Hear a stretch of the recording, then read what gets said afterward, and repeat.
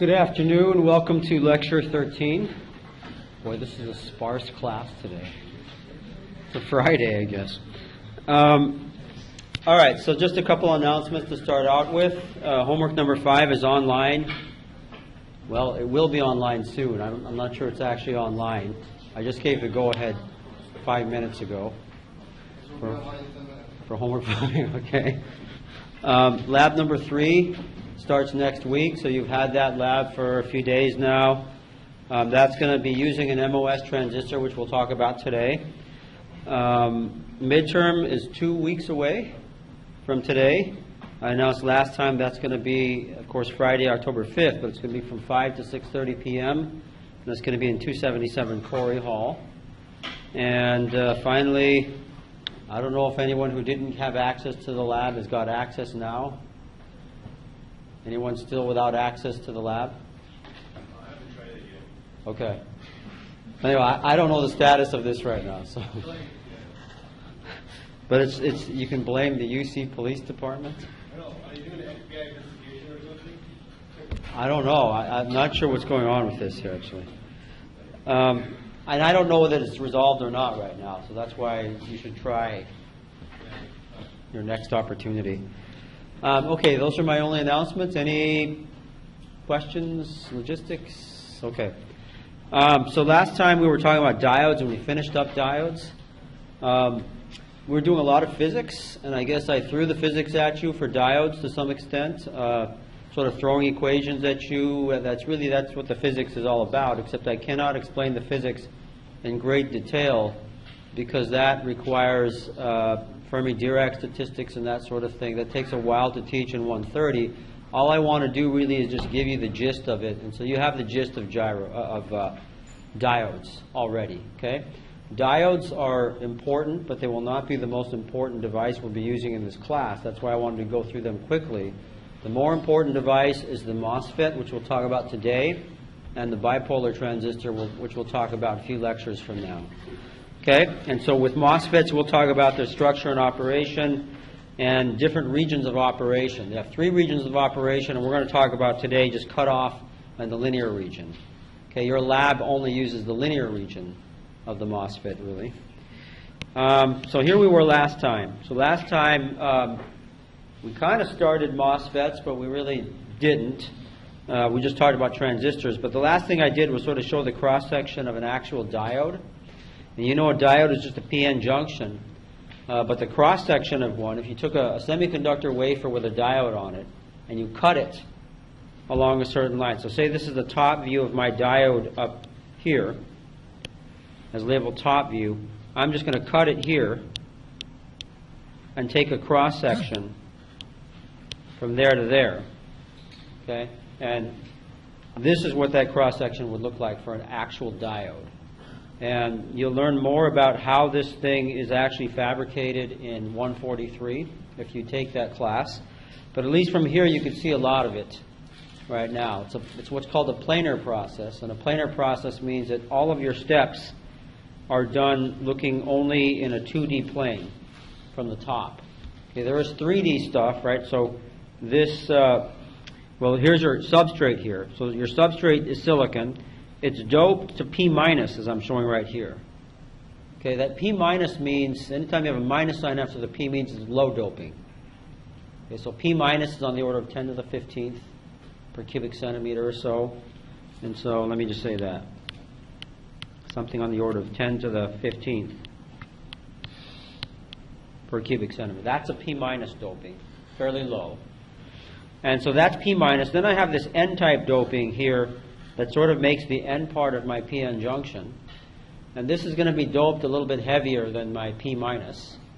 And so maybe this is going to be something on the order of 10 to the 17th per cubic centimeter doping. And then finally I've got these regions I'm labeling N plus and P plus. So that means they're heavily doped. And heavily doped means that I'm right around 10 to the 19th per cubic centimeter or 10 to the 18th. Okay, so you see 100 times difference between these different regions where I say minus and plus and no minus and plus. Okay, and so when you're looking for the diode in this, you're just looking for a PN junction. And so in this, the only P part is right here on the right side where I have it labeled P+. It's a heavily doped P region, and then it's actually making contact to an N-type region, which is this big region right here. Okay, and the way this was done was you start with the substrate already P- doped. You then dope an N-type region and you diffuse it into the substrate, which means you're sort of pushing it into the substrate till finally its boundary is where I'm drawing right here. Can you see where my pen is drawing? Okay. And then these other ones, the P+ and the N+, they're also pushed into the wafer. Okay, they're pushed into a wafer using high temperature processes. Again, I'm not going to go into great detail about this, but this is the cross section we end up with. So in this case, the actual diode is where I've got the dotted lines. So the dotted lines there are showing the depletion region, or that space charge region we talked about, static charge between the P and N junction there. And what happens is if current flows through this, they flow across that junction. They have to cross this N-type material here, this big well of N-type material, to get to this N+ junction up here. And up here is the metal going to that N+ junction, and there's also metal going to the P+ junction. So of course our contacts are metal here because they're very low resistance. Now what you're noticing here is that every place where I have metal contacting N-type or P-type material, I always have N+ or P+. It's heavily doped. And the reason for that is I need to have them heavily doped in order to make good ohmic contact to the metal. If they're not heavily doped, I will not get a good contact to the metal. Okay? So those are just a little bit of the physical picture of what a diode looks like. And hopefully you can understand what this is, the cross-section of silicon. I took a silicon wafer, I cut it along a certain thing, and then I'm looking at the very thin cross-section there, where all of these dimensions are tiny, you know. Okay, so dimensions that I may be looking at here, this may be, depending on what year you made this diode, it gets smaller and smaller with time, but maybe this is 0.3 microns or something like that, thick. Okay, maybe the dimensions, the side dimensions here could be 0.5 microns or something like that. So we're talking about very tiny sizes here, and so obviously you can make millions of these or billions of these on a die, a tiny die, because they're so small themselves. And how much does a transistor cost these days? Didn't we have this conversation here? It's a nanocent or something like that. Right? You think of how many transistors go into your CPU. You buy your CPU for a certain amount. Divide that amount divided by the number of transistors. It's a nanocent per transistor or something nowadays. Okay? All right, so that's the diode there. And let's now talk about, well, we did this last time. What is a transistor supposed to do? So we know what a diode does. And you've even worked with circuits with diodes in 16, correct? Yes, you've seen diode circuits in 16. But, no? No. Some are saying yes, some are saying no. Okay, so I guess it depends on which 16 you were in. But don't worry about that. We gave you some diode problems, circuit problems in your next homework. So you'll have the opportunity to do that if you haven't had the 16. But anyway, for diodes, they're just off and on. Okay, what they do is they kind of gate the current in certain circuits. Transistors do the same thing. They also gate the current, but they're better because you can actually control that gate with another terminal. Right? A diode is a two-terminal device, so a diode may have D and S in this picture. The transistor is three-terminal, where that third terminal is there just to control that gating function. Okay? And so usually for small voltages across on G, which is G because it's the gate. Okay? So for small voltages on G, so the VGS, where S you assume is grounded here, if that's small, then this is an open circuit, which means the transistor is in an off state. Okay? If I increase that VGS, what that does is it turns on the transistor. So it creates basically resistance between drain and source. Before there was infinite resistance, now there's finite resistance. Okay? And finite resistance now allows current to flow. And that then is what's happening across this. So I'm showing a nonlinear resistor here. Remember, the nonlinear resistor is this square box around my linear resistor symbol with a dark patch in one side showing where the negative terminal is of that. And so the current now flows through this, and what that nonlinear function is what differentiates different transistors. Okay, the MOS transistor will have a certain nonlinear function. The bipolar transistor will have another nonlinear function there of current in terms of voltages. And then finally, if I really put a lot of voltage across VGS, then I'm going to get a situation where I get almost a short. It's never really a short, but a lot more current is going to flow than in any of the other regions. Okay, so that's what a transistor should be doing. Let's now take a look at an MOS transistor specifically.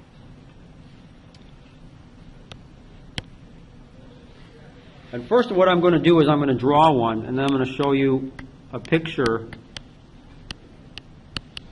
which really comes from your book, but it's sort of instructive to draw one nice and slowly for you so you can identify all of the different aspects of the transistor that we care about. And you'll notice that I will go slower with this transistor than I went with the diode, because again, this is the more important thing for you to understand. Okay, so first, physical structure of an MOS transistor. And so of course this is going to be in silicon, so I'm going to draw this in silicon. So say this is my silicon substrate, and let's say that I've doped it p-type.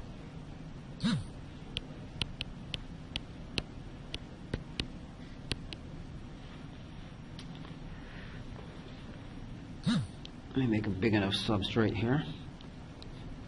Okay, so the MOS transistor really consists of things that kind of look like diode diffusions of impurities into the silicon. So the first thing is it's going to have an N+ junction somewhere here. So there's an N+ junction. And it's going to have another N+ junction out here. I should draw those kind of symmetrically, so I will here. Okay, so I've got two N+ junctions there.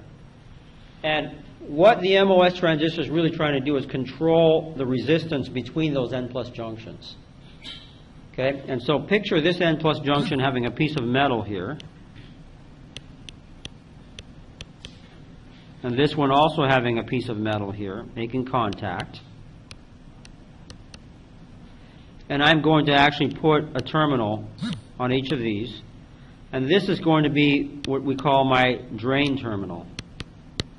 So that's the terminal we'll call D. Okay, and the voltage on that naturally is going to be V sub D on that terminal. Okay, this other terminal I'm going to call my source. That's my source terminal, and so naturally I'm going to call that V sub S, or I'll call that S, and the voltage there will be V sub S. So this now directly aligns with that transistor that I showed in the previous slide there. Okay, and then in order to control the channel, I need some kind of gate terminal.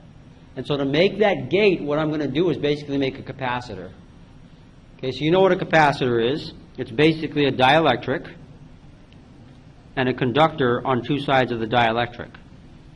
So in this case, here's my dielectric right here. That dielectric is generally an oxide.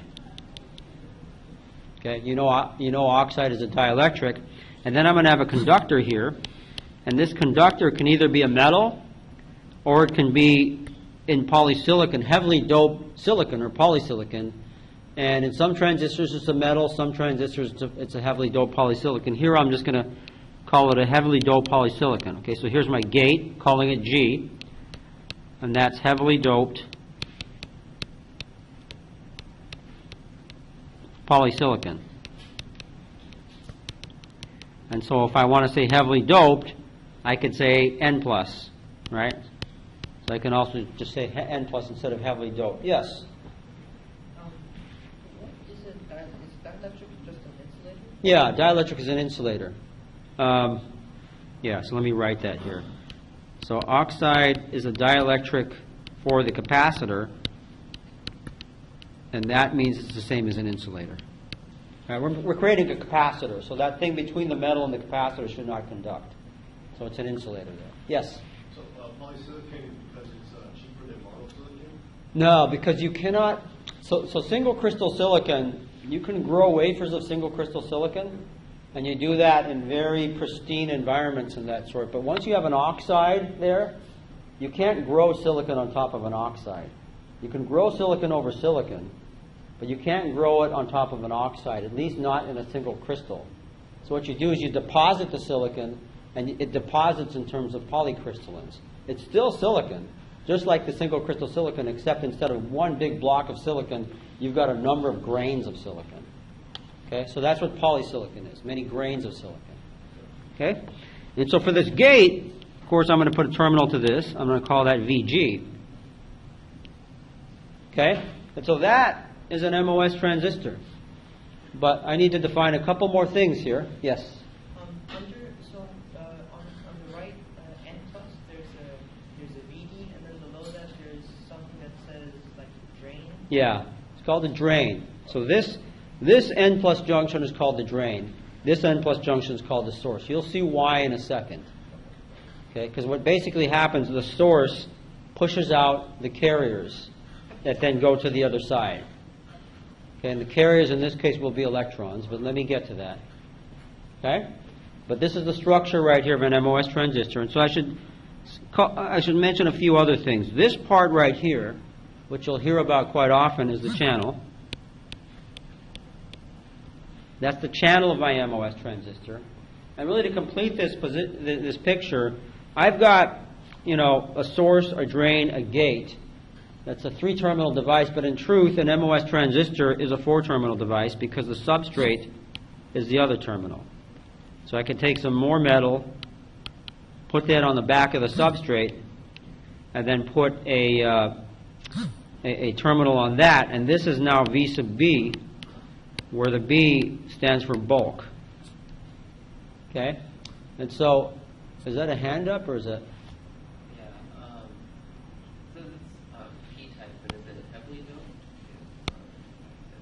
No, it's P minus actually. So usually the substrate is going to be a P minus doping concentration on that. And so through each of these terminals, there's going to be a current flowing in this. All right, and so my gate current I'll take going in. Usually you take currents going into the terminals. So there's going to be a bulk current possibly going into that terminal. And then into my drain, I can call an I sub D here, but instead of an I sub D, I'm going to talk about the current going from the drain to the source. And that's generally what we do for MOS transistors. Okay, so current going from drain to source, I will call IDS. Okay, and that means what comes out of that source is also going to be IDS.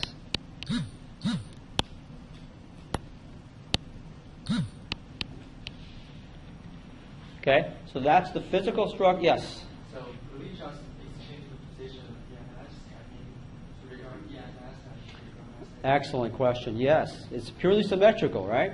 So you actually could interchange the positions there. And what is your source, what is your drain, is dependent on what your circuit looks like. Okay? But you're absolutely correct. It's a completely symmetrical device, or it should be. Okay? Any other questions about the physical structure of our MOS device? Okay, so let's now, yes? The dielectric is the heavily doped polysilicon. No, the dielectric is an oxide. Okay. Right? The dielectric is an oxide. The heavily doped polysilicon is the gate. Right? So this gate G is actually the polysilicon. Well, it's a combination of the polysilicon and the oxide. Let me show you how this thing works in a second, and then you'll understand what I mean by a lot of these.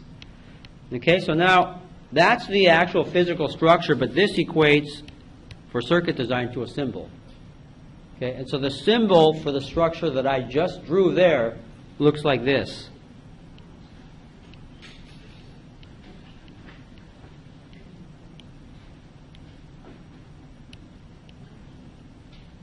So there's V sub G, there's V sub S, there's V sub D. And then from this, we can also draw a bulk terminal. Okay? And so that's the symbol. You can see, how it sort of looks similar to the physical structure. Okay? What you will notice is that I'm drawing an arrow on one side, and that arrow denotes the source. Where you see that arrow denotes the source. Okay? And if that arrow is going out like I'm showing there, that's an NMOS device. If the arrow is going in, it's a PMOS device. PMOS means that the junctions are P plus instead of N plus. Okay? I'm only throwing that information at you now, but I'm going to show that in detail later on. Right now, to keep things simple, we're going to focus on the NMOS device. Okay? So all the rest of this lecture is going to have that those N plus junctions. And keep in mind that those could easily be P plus junctions for another type of device that works in a very similar fashion. Okay? All right. So that's your circuit symbol. And so I at least want to show you what this really looks like. Right? This is my hand-drawn picture of an NMOS device. But what I want to do is at least show you something that's not hand-drawn. And this is actually straight out of your book. Okay, this is an NMOS device here. Okay, you can see the N plus junctions, and this is a perspective view of what it looks like. I drew the cross-section. I drew just what you see looking in this plane right there. But you can see the perspective view. It has some depth to it. Right? The device has some width to it. It has a length. And that length is very important. That's what's been getting smaller and smaller to make your transistors better. So if you ever hear of something like a 7 nanometer device, if you hear about 14 nanometer transistors, or 28 nanometer transistors, 7 nanometer transistors, you'll see this if you're interested in your phone specs, for example. Which Qualcomm Snapdragon processor are you using? And don't put 14 nanometers, 7 nanometers. That's what this is. That's that gate length. The smaller that gate length, the faster this device, and the less power it consumes. And so that's what has spurred the integrated circuit revolution. That's why we're able to do everything we can do right now. That's why computer science has gotten so big. Because the hardware, fueled by this, makes it all possible to do things very quickly with these CPUs plus software. Okay? And I guess the other thing that I have in this is just what I just drew. But this looks nicer than what I just drew, arguably. Right? I like my drawing better, though. Right? Okay. Yes? The gate sits on top of the dielectric. Yes. The gate is on top of the dielectric. Perfect question, because I'm about to zero in on that now. So having shown the physical... Having shown what this looks like physically now, let's now talk about how this thing actually operates. And basically, if you understand how a capacitor operates, you pretty much understand how this operates. Well, it's a little more complex than that. But the fundamental understanding is how does a capacitor operate. Before that, I guess what I have right here is just the mathematical model for a MOSFET.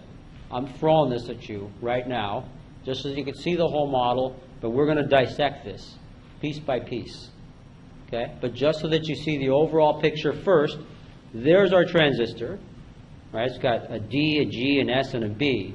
And I can label all these voltages, right? VGS means VG minus VS. You know this, right? Yes. Okay? And this IDS that I've got there, same thing, from drain to source. All of these voltages, easy, right? You know, it's obvious how we're defining this here. But what's most important is the regions of operation. So the difficulty with transistors is they operate in different regions, and you have to know all the different regions. Okay? And so there's the cutoff region, where VGS here is small. It's less than some threshold voltage, VTN. Okay, so VTN in this is a threshold voltage. I don't know how much I'm really going to write on this, because I'm going to talk about all this later on. But let me just label this. That's our threshold voltage. You'll hear people talking about that all the time when they describe MOS transistors. In fact, this is the thing that's preventing MOS transistors from really making better progress today. You know, it's hard to make them go faster, mainly because we can't get that threshold voltage smaller. Okay, this is usually on the order of 0.6, 0.7 volts. Okay, there's a physical reasons for that. But when that threshold, when your VGS is less than that threshold voltage, whatever it is, 0.6 or 0.7 volts, no current flows. Okay, you have no IDS, you have no gate voltage or gate current, you have no gate or no bulk current through this thing. Okay, everything is zeroed out, it's an open circuit through all terminals. Just like what we showed for the general transistor right here.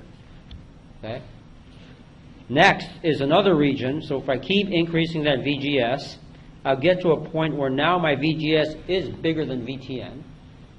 Okay, but it is, and it's also greater than VDS. So I've created a VGS that's bigger than this threshold voltage, but my VDS voltage is still very small, which means that not a lot of current flows. And now you got sort of a complex looking equation, but this equation is somewhat linear. Okay? And it's linear with VDS. That's what that means. I guess to show the linearity, let me rewrite this as Kn times quantity VGS minus VTN times VDS minus VDS squared over 2. All I'm doing is multiplying through the VDS there. And so if VDS is small, then VDS squared is even smaller, right? 0.1 squared is 0.01. It gets smaller as you square it, right? So if this is small, that means I can ignore this term, and that leaves me with just a linear equation in VDS. That's why this is called the linear region. Okay, you don't know where this equation came from. I'm going to show you where it came from. And that's going to be physics. So you're going to see some physics there. And then there's the saturation region. That's when now VDS is no longer small. I've made VDS large enough such that it's actually larger than VGS minus VTN. It's larger than that gate voltage. And in that case, I have another equation that governs that current. And you'll notice all these equations are nonlinear. Okay, they depend on the current as a function of voltage is nonlinear. This one's very nonlinear because of square law with VGS. This one is somewhat linear here if VDS is small. But, you know, we have nonlinear, it's basically a nonlinear resistor we've created. Okay, so let's talk about how we create that nonlinear resistor. What governs these equations? What are the physics behind these equations here? And I guess beyond those equations, there's also a bunch of constants in these equations, like mu n, Cox, all those things. You've seen some of the mu n, right? You know what mu n is, right? That's mobility. We talked about that with the diodes. But I'm also defining all of those things right here. So this is meant to just be a snapshot of the MOS transistor. If you understand nothing else that I say in this lecture, this will get you through. Okay? So for circuit design, this will get you through. But hopefully you're more interested in just this. Hopefully you're interested in the physics of what's going on, because that's what I'm about to go into. And that's what this class is designed to give you. Some of the physics, some of the circuit design, and you get more of it in the next classes that come after this. Okay? So let's play around with some physics. First of all, what is this MOS transistor? Its operation fundamentally is based on what happens to a capacitor. Okay, so I told you that this gate that I made there is basically implementing a capacitor. And so what does a capacitor do? If I put a voltage across a capacitor, okay, so say I go ahead and there it is. Say I go ahead and put a voltage across that capacitor, maybe some V bias or something. Actually, let me call it VG. Just so that it's similar to the VG of what we're doing right there. This is just a capacitor. This is not our MOS transistor. What happens? You know you're going to create some charge. You get positive charge here. You're going to get negative charge there. Okay? And so if I put positive charge on that plate, that induces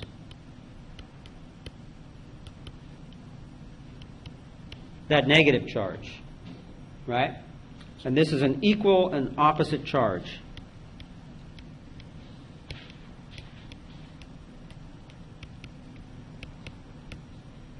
To that plus Q. Okay? You also know that that charge, Q, is going to go as whatever this capacitor is. Right? That's a capacitor. So whatever that capacitor is times that voltage VG across that. That's the basic physics we're going to use to determine how much current flows through this MOS transistor in all of its regions of operation. It really just comes down to this. It's going to look more complex than this because there's a lot of parameters and material constants that go into it. But if you're watching what I'm doing and it looks complex and you're getting tired that it's so complex, just think back to this. This is all that's happening here. Okay? It's a very simple way of looking at it, but really it is all that's happening here. So let's go on now and talk about the different regions of operation for this MOS transistor. And first, the cutoff region. Okay, so the cutoff region, you know, is a region where this thing looks like an open circuit, or it should look like an open circuit. So let's see what we're doing in the cutoff region. So I'm applying a VGS less than my threshold voltage. Okay, but let's say it's not 0. Let's say that I'm applying some voltage. This threshold voltage there is often going to be 0.6 or 0.7 volts. It depends on how you make the transistor. So I don't want to say it's exactly these numbers there, but that's where it generally lands there. And so if I choose a VGS less than that 0.6 or 0.7 volts, but still greater than 0, what's going to happen here? So what does that mean by I'm choosing that? I'm grounding out my bulk for the transistor over the silicon substrate. And the silicon substrate, again, let's say it's P minus silicon. I'm grounding out my VS, and let's ground out my VD. I don't even have to ground those, right, because the same thing will happen with this. But let's go ahead and do that just so that we have something on our voltage. Let's apply a VG that's less than that VTN here. And so what's going to happen here? This IG, first of all, that current, how much current will flow just looking physically at this? At DC. Yeah, it's got to be 0. This is going into the plate of a capacitor.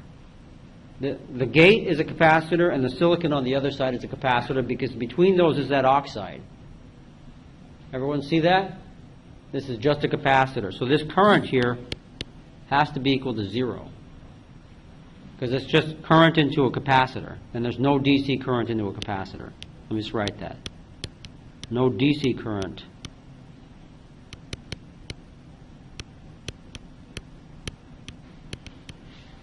into a capacitor. Okay? And so now, but I still have this voltage greater than 0 that I put on this. And so what's going to happen to this top plate of my capacitor?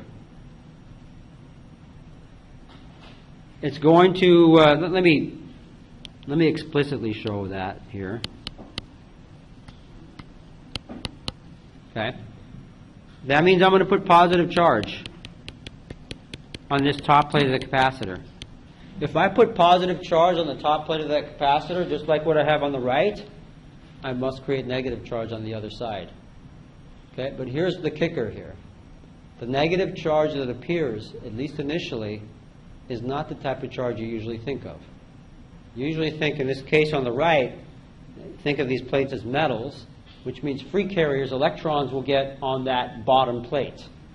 In the semiconductor, though, you have different types of charge that you can have. There's free carriers, right, which means electrons and holes flying around. This is a P minus material. So what you have are holes flying around. Okay? But I already have positive charge on this plate. So I'm not going to attract more holes to this portion here. What's going to happen is I'm going to repel those holes. And when I repel those holes, what's it going to leave? Fixed negative charge. Just like in that diode. Remember in the diode, when the holes left those transistors, I created a depletion region of fixed negative charge. Exact same thing happens here. So on the other side of this transistor here, or sorry, of this capacitor, I'm going to get a depletion region of fixed negative charge. And again, the little circles that I draw around the charge means it's fixed. What actually happened is that the holes that used to be there, they left. They were pushed out by the field that's on the gate. Okay? And now, you see this N plus junction? What happens between N and P? You also get a depletion region. Right? This here, this N to this side, that's a diode. So I've got diodes in this whole thing. But I have zero bias across those diodes, so there's no current flowing through it. But there is that capacitor. So what I can do is I can just extend this like that, and I can extend this like that, and all of this here around that is fixed negative charge.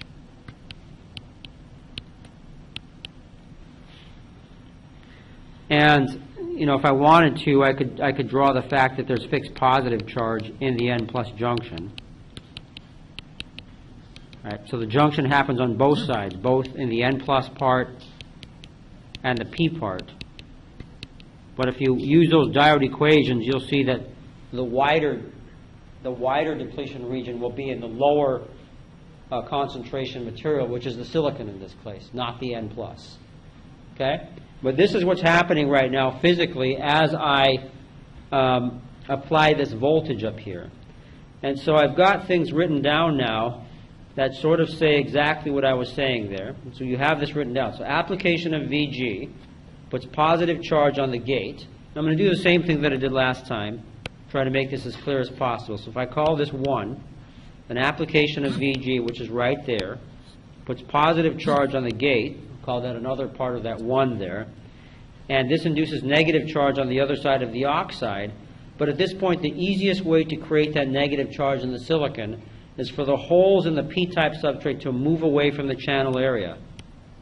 Okay, so that's what I'm saying there. That's number 2. Those holes are moving away from the channel area. A negatively charged depletion region forms in response to the initial positive charge, so that's 3 right in there. That's my negatively charged depletion region. And this fixed charge, it's fixed charge, static, it cannot conduct.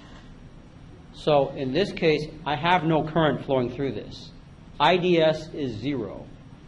Right? So what this means is IDS is 0 because this is fixed charge. You cannot have any conduction, so I guess I'll write this as, I'll just put another IDS equals 0 here. And that's number 4. I guess number 4 doesn't look like a 4 here, so I'll fix it. Okay? And that is my cutoff region. Any questions about what's going on here? Basically, for the transistor, nothing's going on. We still have it off. But this is physically what's happening, how the charges are arranging themselves. So think of this as the transistor preparing itself to turn on. So what I'm about to do is raise my voltage here. But before I raise my VG voltage to greater than VTN, but before I raise it above VTN, this is the picture we have here. We have static charge across this capacitor, which I call an MOS capacitor. Yes? So for the N plus section, there's a capacitor too, right? So shouldn't there be a negative charge on the plus? Actually, the N plus has a positive charge inside there, right? Because N plus is, the electrons are the free carriers, and when the electrons leave that region, they leave a positive charge, right? What's left is a static positive charge. Right. So aren't they attracted to the positive charge that's built up on the polysilicon? You mean the one up here? But they can't get to the positive charge on the polysilicon because there's a dielectric between it. There's an insulator. So shouldn't the same thing happen to the N plus side that's happening right under the polysilicon? Yeah, so I don't really show the N plus right under the polysilicon there. So I would say, no, not really. You're really getting a plus there to balance out the minus on the other side there. You could get, right, this plus would create some minus in N plus there if it tried to do anything. But it's really this minus that's much closer to that causes the plus in the N plus. It has to balance out the minus on the other side of the junction. Okay? All right, so now let's raise that voltage. When we raise that voltage, this is where things get more interesting. This is what you're going to do in your lab, or at least how you're going to use the transistor in your lab, coming up next week. So, as the gate voltage VG rises, more positive charge amasses on the gate. So you get even more positive charge on that gate. The depletion region of this fixed charge, it continues to grow. So I guess I'm not going to draw that yet. Actually, I guess I can draw that because I have another picture. Let me do that here. I have a picture below all of this here, so let me draw that. So more positive charge gets on that gate. I guess I'll draw that by having more layers of positive charge. The depletion region under that gate gets bigger because I've got to balance out all of that positive charge with some kind of negative charge, and that negative charge, right, will be in here. I'll only draw it up to that. You understand the negative charge goes all the way through under those diodes, though. That's static negative charge. I got the circles around it, so it's static. Can't move yet. But at a certain point, the depletion region becomes large enough. And think of what you're doing. You're pushing holes away at this location, right? It's now the holes way out here that you're pushing away with your positive charge. That's quite a distance now from your positive charge. And at some point, it just gets easier to steal positive charge, to steal negative charge. You're trying to create negative charge by pushing away positive charge. At some point, it gets easier to create negative charge by just stealing it from the N+ junctions. Okay? Maybe that's what the question is that you were trying to, yeah, that's part of the question you were trying to ask there. And that actually happens once the voltage gets large enough. Okay, so now I'm applying a voltage. This depletion region is getting wider and wider. That keeps getting bigger and bigger to the point where now it becomes easier to just take electrons from the N+ junction. And so what happens is a channel of electrons forms. Okay, so this is now a channel of electrons.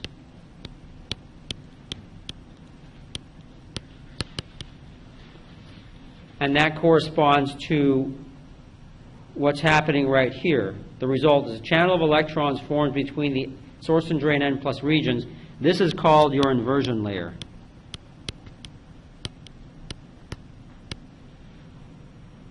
Okay? And so this is just terminology that people use in semiconductors. I guess I should, let me just label this. So VD in this case, since we're talking about linear region, this is going to be a small voltage. Doesn't have to be 0, but it's a small voltage. And then V sub S, we're grounding here. V sub G is going to be now greater than VTN. So the picture that I'm drawing, now V sub G is greater than the threshold voltage. It's not that much greater. I mean, it could be that much greater. It doesn't matter what it is. But it's greater than the threshold voltage. The important thing in this picture is that V sub D is still small. I'm going to raise V sub D next to get to the other region. But in this region, I've created that channel of electrons there. They are mobile, so they can conduct. All right? So if I push down here, I have that written here. The channel of electrons is mobile, and so the silicon in this region is now a conductor. It's now just like any metal, except maybe it's got more resistance than the metal. Right? Remember, metal is just free electrons flying around anywhere. This is exactly that picture there, except that free electrons is sort of contained close to that gate because it was generated by the positive charge on the gate. There's an attractive force that holds it up toward the top of all of this there. Okay? And now if I have free electrons, just like if I had a piece of metal material or a resistor, if I put electric field across it, I can make the current move. I can make the charge move, and that then becomes current. Okay? And so that's what I want to do right now. I now want to derive how much current flows after I apply this VDS voltage. Okay, so let's do that. Let's derive how much current flows.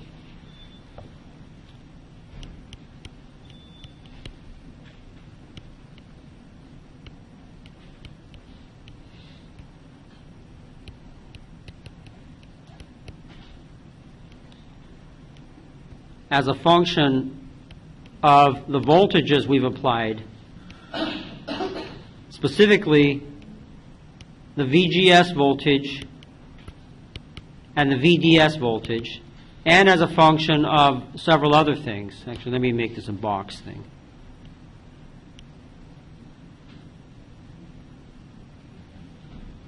Okay? So let me start that derivation now.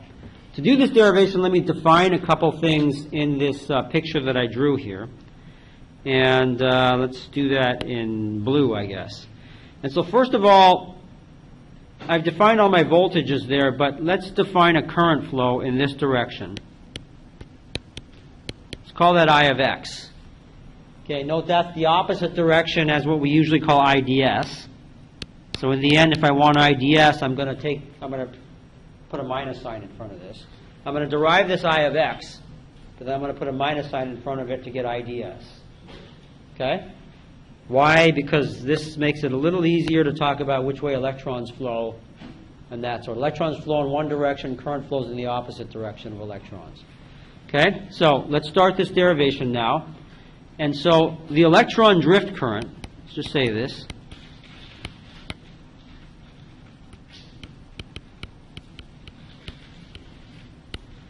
at any point in the channel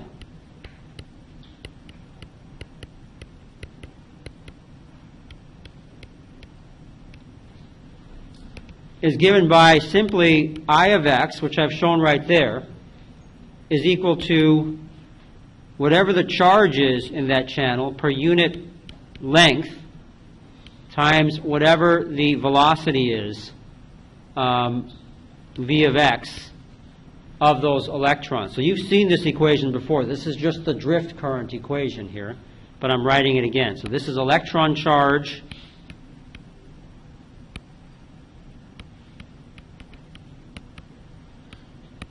per unit length. This is the velocity of electrons. Okay, and you know the velocity of electrons is given by minus mu n times the electric field, but I'm saying the electric field in the x direction. I should do one more thing in the picture to the left, and that is define my, my dimensions here. So I'm going to go down here. Let's make that a little better. And, well, first of all, I should have grounded this here. This is my definition of x. Okay, so that's my x-axis. This total distance here, as you saw in that actual picture of an MOS transistor, is L, my length. And I think I'm going to stop here.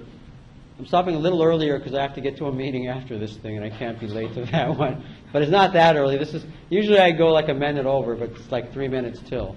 But this is a convenient place to stop because otherwise there's going to be a lot of derivation and math coming in. But you have enough right now to do that pre-lab, and you have enough because all I'm going to do is derive those equations that I gave you, and for that pre-lab, what you need are those equations.